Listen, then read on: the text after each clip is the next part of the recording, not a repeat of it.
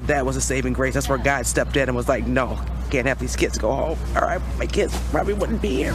Blessed are the eyes that see what you see. For I tell you, many kings and prophets have desired to see what you see and have not seen it. To hear what you hear and have not heard it. I thank you, Father, for hiding these things from the learned and the wise and revealing them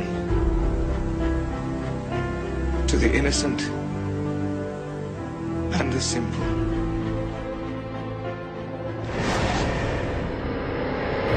March roared in like a lion, the kind of deadly storms you might expect in mid-April or early May. This is all that's left of dozens of homes in north central Illinois after a line of tornadoes tore through the Midwest late yesterday. Tornado! Got it. Oh my God, it's on the ground. 26 twisters touched down across 5 states, bringing up to 155-mile-per-hour winds, heavy rain, and hail. In Ottawa, Illinois, one of the 50 homes with significant damage belonged to Penny. Had to get in the bathtub to survive. My roof is off, trees are down, my car is wrecked. It's disaster. It looks like a bomb went off. In Perryville, Missouri, this woman had to be rescued after a tornado barreled through her town, smashing cars, uprooting trees, and knocking this truck off the highway. It's total destruction. Sandy Johnson's lived here for 13 years. Although her dog was inside, she says she's just thankful her children weren't home when the storm hit. That was a saving grace. That's where God stepped in and was like, no, can't have these kids go home. All right, my kids probably wouldn't be here. Egyptian Christians are fleeing the Sinai in fear of their lives. The exodus comes in the wake of a video released by the Islamic State calling on its fighters to murder Christians. The region has become dangerous following a string of 7 gruesome killings in recent weeks, including a Christian man shot dead in front of his family inside his home last Thursday.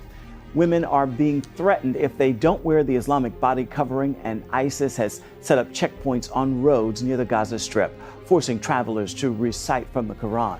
ISIS recently released a video saying they will kill every infidel and that Christians are their favorite target. Last December, they bombed a church in Cairo, killing 30 people. There's no life for Christians there. They're thirsty for the blood of any Christian, so there's no way for any Christian to live in El Arish. They were pretty clear when they said, we won't leave any Christian in peace. They want an Islamic State. Hundreds of Christians are fleeing with simply the clothes on their backs to escape that violence. They're fleeing the terror group's last stronghold in Iraq. The escape from western Mosul so hasty, many residents leaving without shoes. Iraqi forces and civilians facing a fierce pushback from ISIS, who've controlled this city for nearly 3 years. Now, evidence of a possible chemical weapons attack. A rocket landed on our house, this mother says. It exploded and sprayed us with oily material. She, her children, and 7 other patients here showing signs of gas poisoning. An emergency response plan implemented by the World Health Organization is now in effect. Some people have breathing problems like a spasm, like in an asthma attack, and the majority of the patient has developed different size of blisters. The battle has raged for 5 months. The Iraqis are taking back the city, but the advance is slow. Workers with Preemptive Love, an American charity operating in Mosul, paint a dire picture. The hardest thing that we're seeing right now across this conflict is hundreds of thousands of people besieged by ISIS, starving to death. Thousands more remain trapped behind ISIS lines, waiting for any chance to escape.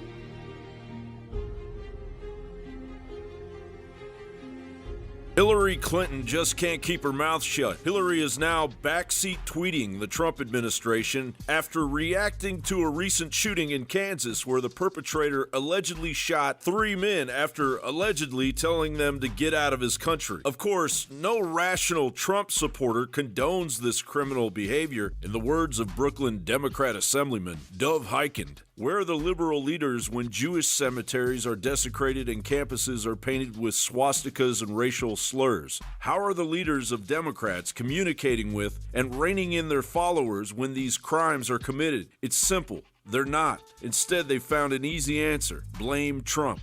Basing her illusion on the information of the ADL and the SPLC, Hillary tweeted, "With threats and hate crime on the rise, we shouldn't have to tell POTUS to do his part. He must step up and speak out." This from the woman that refused to concede on the night of the election results. Listen to me. Everybody should head home. You should get some sleep. We'll have more to say tomorrow. But isn't Trump speaking out already? After all, isn't the global anti-Americanism, not to mention division and lawlessness in the United States, a direct result of Alinskyite Hillary Clinton's tenure as Secretary of State under 8 years of Obama's Cloward and Piven strategy? Remember this? My last election, yeah. After my election, I have more flexibility. Yeah, I understand. I trusted this information to let you understand. This is what it really looks like when a president makes a deal with the Russian government, placing United States national security at risk. National Review wrote, in 2009, President Obama surreptitiously sent a letter to the Russians offering to cancel plans to install a missile defense site in Poland and corresponding radar apparatus in the Czech Republic. These would have provided an additional layer of protection for the United States and its allies from Iranian long-range missiles. The Obama administration did end up canceling the planned missile defense deployment, and the United States, to this day, remains underprotected from Iranian ballistic missiles, even as the Iranians exploit relaxed UN Security Council missile restrictions, thanks to the Obama administration, and continue to test long-range ballistic missiles. Stoking that fire, WorldNet Daily reported just as Iran announced the testing of a ballistic missile and the Trump administration reviewed plans for new sanctions, the rogue Islamic regime claimed that in nuclear negotiations, President Obama allowed Iran to have missiles that could strike Israel, flying in the face of national security. On February 5, 2017, President Donald Trump's ban on travel from Syria, Iraq, Libya, Yemen, Sudan, Somalia, and Iran was lifted by District Judge James Robart. Just 23 days later, the effects of Robart's politically motivated fumbling of U.S. national security is advancing towards the danger zone. Gateway pundits Jim Hoft points to a video revealing the intentions of the Iranian Revolutionary Guard's commander. Hassan Abbasi says, "Look how vulnerable you were on 9/11 when 4 Arabs from Saudi who don't know how to fight managed to endanger your foundations. Yet with us you face a nation even stronger. Don't forget we have 7,000 PhD holders in the U.S. Do you realize what we can do? We don't need nuclear weapons. You have 6,000 nuclear warheads. Those warheads are our target for our guerrillas to destroy.